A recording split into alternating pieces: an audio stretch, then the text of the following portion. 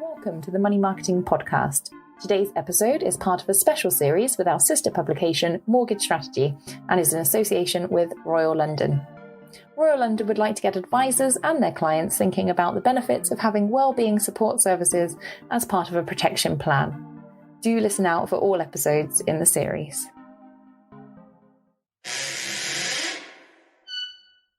Hello, I'm Katey Pigden, editor of Money Marketing. Welcome to the fifth and final episode in our Protection and Wellbeing Series in association with Royal London.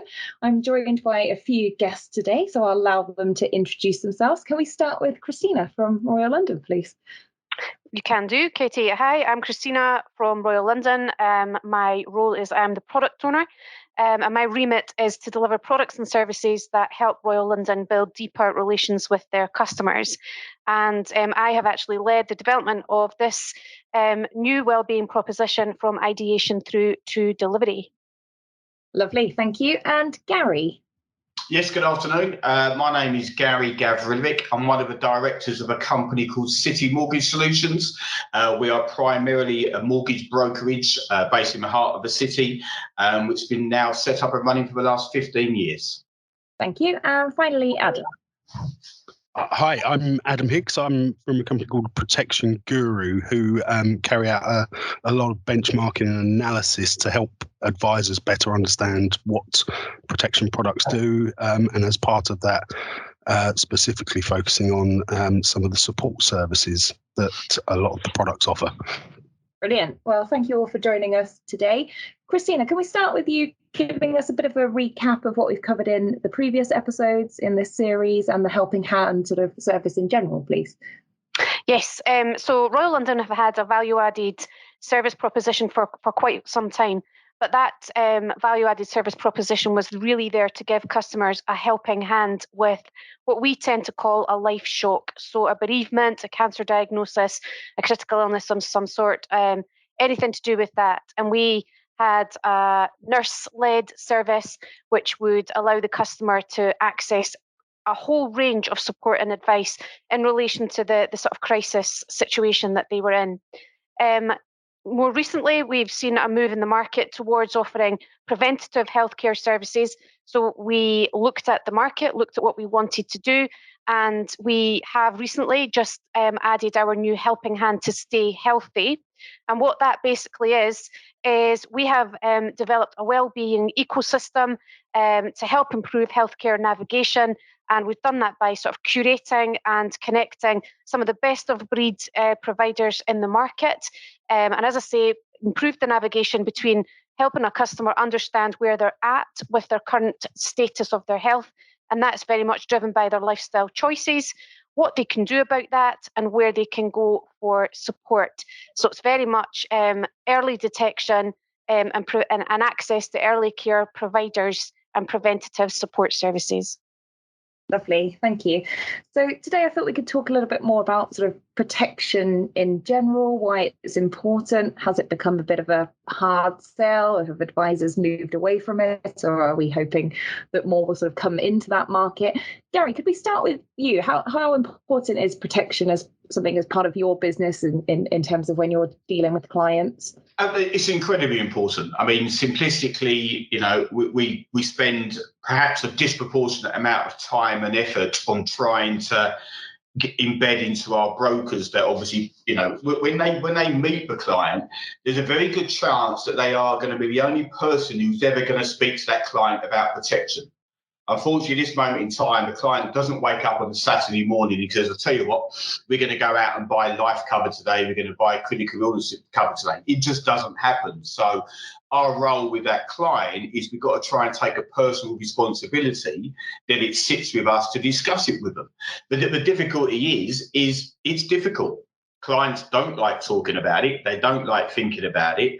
And unfortunately, the term disturbance is particularly on point because you do have to disturb the clients.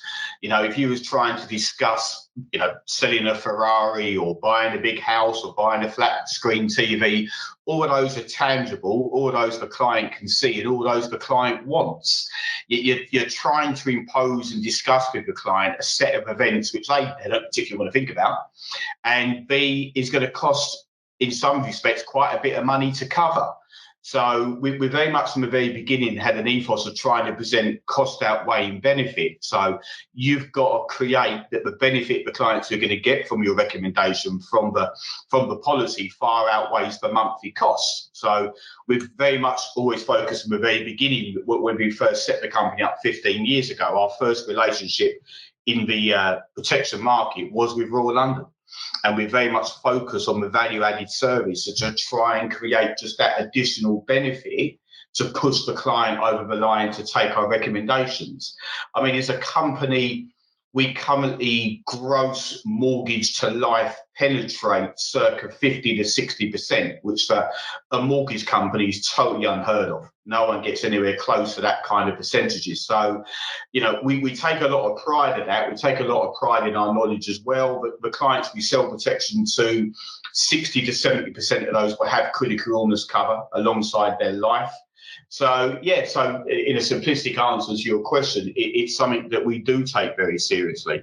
And it is something that we do take, instead of personal responsibility, to try and get across to the client. We know there's going to be some clients who don't want to do it, don't want to discuss it, but we will try and put them through the same process as a client who does. Yeah. Adam, your role at Protection Guru, obviously you look at a lot of the protection products out there. It is part of the challenge. I think Gary sort of touched on it as well, that there's not a product that you can physically see. It's something that we don't want to think about. It's something that's happening down the line. We're not very good about talking about those horrible things. We don't want it to happen to us. We're not good at talking about money at the same time. So those two worlds colliding, is that part of it? I think that's a big part of it. And if you think about it, you're talking to a client about something that's not definitely going to happen at some point in the future that we don't know. And there's a product here that could help you and put you in a better position if that did happen. Now, there's that makes it a really difficult sell, because from that client's point of view, we're talking about something that may or may not happen in the future. So we instantly know that people discount and put less value on things that are going to happen in the future. We know that from talking to people about pensions. There's a thing called hyperbolic discounting, where people put a lesser value on something that will happen in the future to something happening today. When you're also talking about something that may not actually ever happen anyway, and indeed, when you're talking about life cover, for most people, it's probably not going to happen during the term of a plan unless you've got a whole of life policy. That makes it an incredibly difficult sell. So having things that you can talk to the client about that they can actually access today and use today can actually, in many ways, help you discuss more of the value and more of the benefits to them today, as well as helping them with those. And it comes back to what Christina was saying, those crisis events in the future, where if something does happen, we've got this policy here that will help you and actually, from a financial point of view, really make sure that you're not affected detrimentally by whatever happens, but also we can give you stuff that you can use today that will hopefully help reduce the risk of that happening in the future as well. And talking about those things can help advisors place extra value onto that policy by talking about how people can use it today. Yeah. Christina, was that part of Royal London's thinking behind these services as well, then, that it is something that people can access now? They can take a little bit more control of things to hopefully prevent some of those things down the line? It absolutely was. We carried out quite a lot of customer research into why people don't buy protection, or what people think about when they're about to buy protection. And customers very strongly, it came through that they were like, well, I do understand the need for protection, but I don't think this is ever going to happen to me.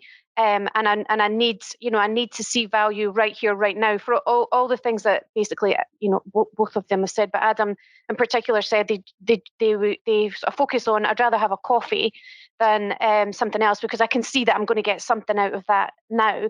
And what we were wanting to do with this is, and it was particularly on the back of, obviously the Black Swan event, the pandemic coming along, and it being much more difficult for people to access health services, and they became aware of the fact that they really did need those services. And when they became more difficult to access, this is where protection to help people stay healthy, as well as to give them that long-term peace of mind, it started to make a lot more sense. So it gave us that ability to offer customers that this is what you're getting. Your money's coming out your bank every month, and this is what you're getting on it. You can get access to a GP, you can get access to physio, all the things that you're struggling to get access to at the moment, and a lot of which have got a cost attached to them as well. So it was to try and turn protection from being about more than just a payout, because that financial resilience is absolutely crucial, but a lot of people just don't want to think about that, to something that you've got that financial resilience, but at the same time, you've got access to all of these benefits that you can use right here, right now, that will hopefully help to keep you as healthy as you possibly can be. Yeah.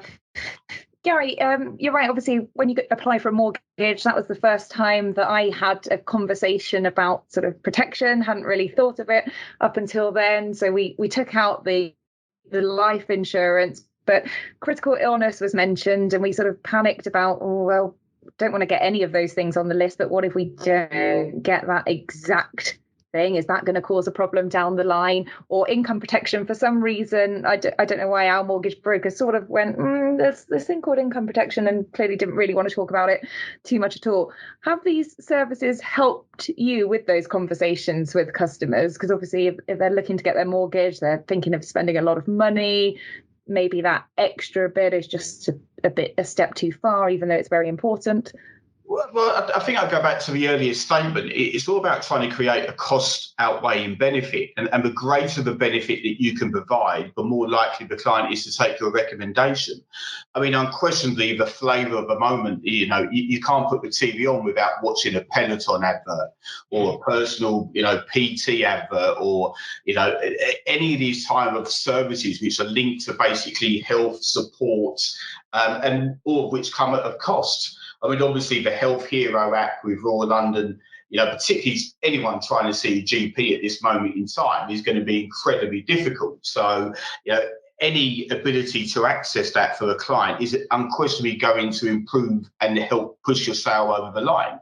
I'd be fairly confident we could pitch the Wellbeing Service with Royal London to a client and get them to pay £40 a month for it without adding any protection to that premium, because it's that detailed a service and what they can achieve out of it. But going back to your question, does this have a direct link to possibly them taking out more critical illness cover? Not necessarily. I think with this and with your critical illness plan, it's all about your levels of knowledge, as probably as Adam would agree with. When you're trying to pitch this to a client, you need to know what an ABI definition is. You need to know the difference between a non-ABI definition for a heart attack and an ABI definition for a heart attack. We focus, again, where Royal London were pioneers as well, on the additional payments, the partial payments, the actual cancers which are far more likely to happen. Your low-grade prostate cancer, your breast cancer, which previously would have never qualified for a full payout. I think a client can see the benefit of actually they're going to get some support there with a nominal payout of £25,000. They're going to keep their sum assured in situ, and then, as Christina always said, these plans work in two ways, as in they can support you at point of claim and running up to that. But the fact that then you can get your £25,000 and then you can rely and help get support. We've had brokers who unfortunately have been diagnosed with cancer and have actually used the Helping Hand service. One particular lady, unfortunately had a child, and what Helping Hand done was actually create a booklet that the lady could use to actually present her diagnosis to her child. I mean, and all of that money can't buy. she got her sum assured, she got her payout. With a lot of what we're trying to achieve here, can't be brought with your sum assured. Obviously, any insurance policy, whether it's car, house, protection, critical illness, is to pay out an amount of money when your world's fallen apart. So you've got your money, but it's in what do you do with it? So this kind of additional support is where it sits into that. So if you've got the knowledge to talk about this, you've got the knowledge about your critical illness plan, you can entwine the two, but you need to have the knowledge on the kit product as well. So a lot of brokers won't be able to present it to a client because they don't fully believe or understand it themselves. Yeah. Adam, is that part of the problem with sort of more general financial advisors? So obviously a lot of mortgage brokers will be having these protection conversations, but certainly at Money Marketing, before I took over as editor, I felt that we wasn't really covering protection a huge amount. And I don't know if that's because it had fallen out of favour with advisors before it had become too complicated. But what's the sort of thing with general financial advisors building up those plans, those goals? To me, it feels like if you don't have protection in place, it could all come crashing down around you. And that's a great point. I mean, any financial plan fails if you don't have any income coming in for the vast majority of clients. And Gary, I'm not sure what your client demographic is, but I would probably guess that you don't have many clients that would be able to keep on paying their mortgages if they were without income for any substantial period of time. And therefore, I mean, almost income protection for pretty much all clients that earn an income is massively important, yet it is the least talked about. I mean, from your own experience with your mortgage broker, you said they seemed a little bit shy when talking about income protection. Now, there's lots of reasons why protection isn't spoken about as much as we would like. It can be complicated, particularly, and Gary there was talking through some of the things with critical illness. The definitions there are very complicated. There's not many even protection specialists that are going to be able to go through and rattle off all of the different definitions on what you're going to be covered for exactly. Income protection on the other side of things is almost at face value is a very simple contract, but when you delve into the detail of it, it's actually more complicated than you think, because when you're talking to a client, it's hard to properly get across, well, how ill they need to be able to claim on it, because ultimately it would depend on their occupation, it would depend on their duties, it would depend on what definition of incapacity they'll get. Thankfully, most insurers now stick to own occupation. So it's a bit more of a complicated conversation than, let's say, life cover, where we do find more mortgage brokers will be willing to put a bit of life cover in to cover the mortgage. That is a far easier conversation because effectively, if you're dead, it's going to pay out.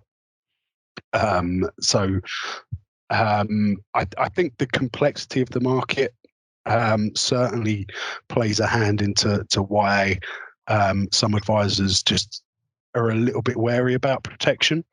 There's also the complications with applications, getting medical evidence, and the client may not be paying the same price that you actually quoted to them once medical evidence has come back. I know a few advisors who have been kind of burnt by that because they've had to go back to clients kind of tail between the legs saying, actually, you're paying twice as much as what I said. Apologies. And yeah, that all of those things put together can make it more complicated. However, as Gary alluded to, if you can highlight what the benefits of that cover is, and the support services we're talking about may be one of those things, getting that client bought in with critical illness, it's not hard to speak to someone and say, have you ever met someone that's had cancer? Well, the chances are if you get a comprehensive plan, it's likely to pay out based on those. Likewise, have you ever met anyone that's had to take a substantial amount of time off work? most people will probably know someone that has had to take time off work due to some kind of illness or injury, and therefore it becomes more relatable, I think, and it starts to become easier to talk about those other wider benefits that the plans can offer. Yeah. Christine, obviously no one would have wanted the pandemic that we've gone through, but has that put protection back on the agenda? Has that got more people thinking about taking out these policies? And what's Royal London's relationship with advisors? How has that changed over the years? Is it predominantly mortgage advisors? Do you still work with general financial advisors as well?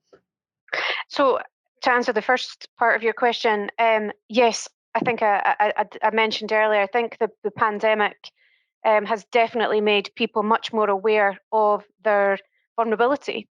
And I mean, coronavirus was obviously worse for people who were a bit older with pre-existing health conditions, but there were a lot of people fit and healthy who suddenly became really ill with an illness that we never even knew existed before.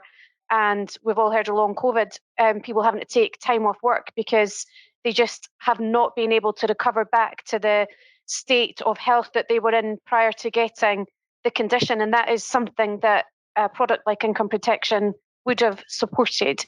And obviously the value added services around about that, there's a lot of mental health came out or got worse as a result of the pandemic.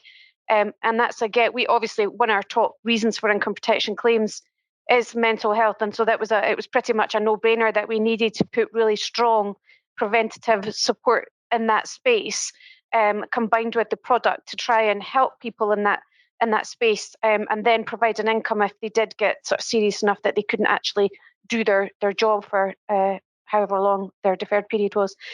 So absolutely, the coronavirus has definitely put the awareness of your health much higher on the agenda than it was before, and how difficult it can be to access early care services like physio and things than it ever was pre-pandemic times. And it was never that easy anyway to access physio and stuff like that through the NHS, but it's a lot worse obviously now.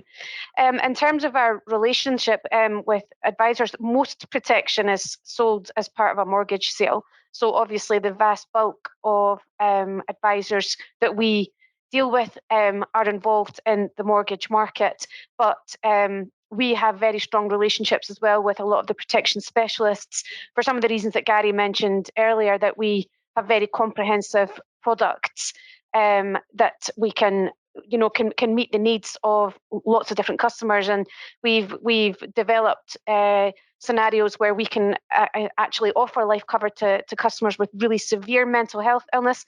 There is only a few brokerages that we've been able to set up an agreement with that, but we've done that. We've also got the ability to offer people with diabetes, with quite severe diabetes cover, things like that. So we've looked to do that to bridge the gap and make our offering as attractive as we can to the bulk of the market. Adam, how do you think we could attract more advisors to sell protection, or has it just become so difficult for them that they don't want to? Can they signpost specialists like Christina mentioned? What can we do to sort of up the take of protection from the advice market as well, really? Well, ultimately, any financial advisor should at the very least be having a protection conversation with their clients. Whether they want to do it themselves or not is another thing. I think within, certainly in the wealth market, and probably quite a lot in the mortgage market as well, the systems that advisors use don't incorporate any protection really at all. If you look at the cash flow modelling tools that wealth advisors use, they're the perfect tools to highlight the loss of income or the death of a partner, because theoretically you should just be able to have a button to say, okay, what if I got ill and was unable to work for 2 years on this date? Click a button. Let's see what impact that has on my plan. If more systems were incorporating those kinds of features, it would be far easier for advisors to then have that discussion with their clients. And as we said, if they want to go through and do it themselves, then that's great. We would encourage that. However, there's been a lot of work done in the market by Bieber and the PDG to set up signposting so that if you don't want to do it, or you've got a client that's complex, some of the protection policies require specialisms. I mean, business protection can be difficult. And there's a lot of factors that you need to take in. Where you've got a client that has a complex medical history, that can be difficult. So where you have cases like that, let's not shy away from it. There's services out there to help signpost you to advisors that specialize in those areas and can help get your client the cover that they need. But ultimately, I think every advisor should at least be having that initial conversation with the client. And it should be, I mean, from compliance department's point of view, I almost think it should be mandatory that a conversation should happen. If there's no need, then great, but that's not going to happen very often. I think most times where an advisor has an actual detailed conversation about the protection needs and requirements of that client, there will be a need there for cover. Whether they want to do it themselves is completely up to them. But there are many services out there to help signpost advisors to specialists that can help them get that cover in place. Yeah. Gary, how well is it received by mortgage brokers? Obviously, you said that they're having conversations with the clients. Maybe that's a slightly easier conversation when you're selling a mortgage or trying to help them with their mortgage. But have you had any difficulties over the years where they also go, I'm not an expert in that. You know, I know how to get someone a mortgage, but the protection side of it is a bit of a difficult one. And again, that's just going to be driven from the top. It's a company appetite, a company ethos to do it. As what Adam said, I mean, even in our organisation, we've got brokers who do not want to sell protection, but we allow them not to do that on the proviso that they refer it to. We have in-house protection specialists. We have brokers who do a particularly good job of protection. They particularly understand it. They have an appetite and drive to want to do it. So if you're a broker who just doesn't want to dip their toes into that arena, then that's not a problem. You can be a mortgage specialist. I think sometimes you've got to appreciate not everyone can do both jobs. So you need to have it set up within your organisation that if you just want to be the broker, you be the broker. But as Adam rightly said, as an organisation, that opportunity has to be referred somewhere else. You know, treating customers fairly, the outcomes of you can't have a client who sees broker A and their outcome is vastly different than if they see broker B, because broker B wants to sell protection, broker A don't. So we would have the internal processes and procedures in place to make sure that client would be referred to another broker. I think a point I want to pick up with Adam, what Adam said as well, is the big problem. We are a DA firm, so we're very lucky. We can basically, within the tolerances of acceptability, go down the path that we want to go down. I think a lot of compliance departments and the regulator particularly, they're still in the dark ages. The likes of Royal London and LV and all the other providers are creating these wonderful menu-based plans where you can have little pots of cover, you can have a bit of this, a bit of that, you can have 8 benefits under one plan. But if you try and force that through most compliance departments, they will rip it apart. They still have this very old school, it should be a joint life first event policy, which is a complete waste of money. We never recommend joint life first event. Why would you possibly want to do such a thing? And they then also recommend that you have joint life and kick first event. And you're not maximising these pots of cover. And if someone's got our average mortgage, going back, I think Adam said about the demographic of our clients, our average mortgage is £300,000. Most clients are not going to be able to afford a £300,000 critical illness policy, but they may really want £100,000 worth of kick. But if you work for a network or any other of those organisations, that network won't allow you to do that. So the networks have got to change, which means the regulators got to change. We as brokers have these, every time we send our files off externally to be checked through other organisations, that they just go back to this old school way that we should be selling protection. And I think they need to cut the ties to the broker a little bit to allow them to use these new policies, because a lot of the times the brokers don't know what to do because the compliance department and regulator won't allow them to do it. So that they've got to come a little bit into the new world of doing it. You're not going to have this traditional Mr. and Mrs. and they're not going to sit there and have enough money to pay for their full critical illness plan. We attempt to give a financial assessment, a financial recommendation, a protection recommendation. You're not going to do that with most networks. But bearing in mind what Christina said, most of their business comes through mortgage brokers, and most mortgage brokers have their hands tied. They need to look at that, of how we pitch this to the client. It seems like to move the protection market forward, we need a few players coming together, don't we? And really checking how far it's come along. Just before we finish, Christina, any final words from you?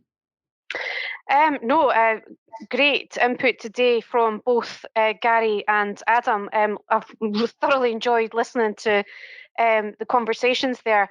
And yeah, anything that a provider can do to help make those conversations easier, we should be doing. And that is what we're trying to do with adding these value-added services. It's what we're trying to do with to make protection appealing and affordable. It's what we're trying to do with like the menu approach that Gary just mentioned there. So delighted to see that some of these things are having an impact, but definitely still a lot of work to be done. And finally, anything else from Adam or Gary? I think the one thing just carrying on from what Gary said there, and he's made some great points about why you would do, say, 2 single life policies and separate the life and critical illness.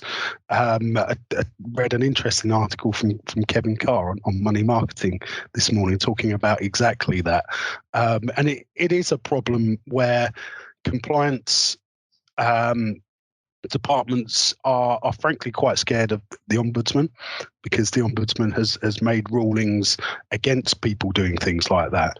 And I do worry that kind of it is leading to some bad outcomes. And I think Kevin kind of hit the nail on the head. And it's something not just limited to the protection industry, but whenever giving advice, you need to document why you're doing what you're doing. So if you are doing 2 single life plans as opposed to a joint life, you need to explain why. At least you would hopefully have explained to the client, I'm going to set this up as 2 single life policies because that means there's 2 claimable events as opposed to 1, effectively getting double the cover.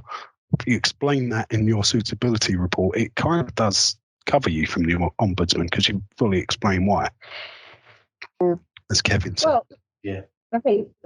Thank you very much for all joining me today. I've really enjoyed the conversation as well. I feel like I've learned a lot bit more about protection, but also hopefully we can encourage a few more advisors to get in, or at least, like we said, signposts to those that do.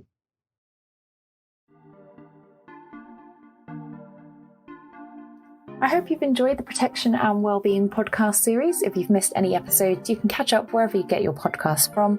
They are also all available on the Money Marketing website. Thank you to all our guests who have made it possible, and to Royal London for sharing details of its wellbeing services. If you're looking for more information, visit advisor.royallondon.com/helping hand.